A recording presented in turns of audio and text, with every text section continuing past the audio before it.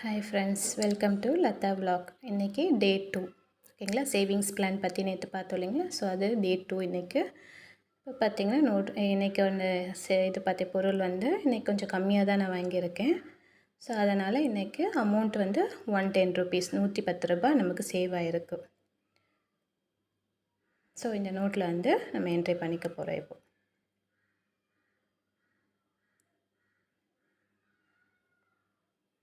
So இன்றைக்கி பொருள் கம்மியாக வாங்கினதுனால நமக்கு இவ்வளோ சேவ் ஆகிருக்கு. டெய்லி இவ்வளோ வரும்னு சொல்ல முடியாது. எவ்வளோ வருதோ அதுக்கேற்ற மாதிரி நம்ம போட்டுக்கலாம்.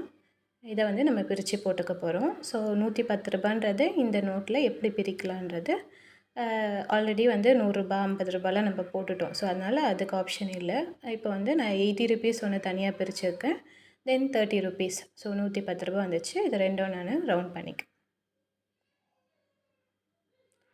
இந்த நோட்லேயும் எழுதிக்கலாம். நேற்றோட டே 10 வரைக்கும் போட்டிருந்தோம். இப்போ டே 11, டே 12. டே 11ல் 80 ருபீஸ், டே 12ல் 30 ருபீஸ். ஸோ ரெண்டு அமௌண்ட்டும் இப்போ நம்ம பிக்கி பேங்கில் போட்டுக்கலாம்.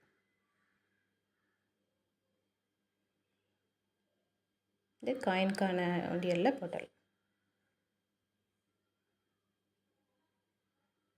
இப்போ இந்த நோட்டு ரெண்டுமே பிங்க் கலர் இதில் போடும். ஸோ இந்த மாதிரி நமக்கு கிடைக்கிறது டெய்லி இப்போ ஓகே இன்றைக்கி போட முடியலன்னா பரவாயில்ல, நாளைக்கு கூட போட்டுக்கலாம். ஸோ அந்த மாதிரி மைண்ட் செட் பண்ணிவிட்டு டெய்லியும் நம்மளுக்கு கிடைக்கிறத இன்றைக்கி போட்டுதான் ஆகணுன்றது கிடையாது. ஸோ எவ்வளோ கிடைக்குதோ அதுக்கேற்ற மாதிரி நீங்கள் பார்த்துக்கலாம். சரிங்களா. ஸோ இன்றைக்கி டேக்கு நான் போட்டுட்டேன்ற ஒரு ஃபுல்ஃபில்மெண்ட் இருக்குது எனக்கு. ஸோ அதோட நாளைக்கு ஓகேங்களா. Thank you friends.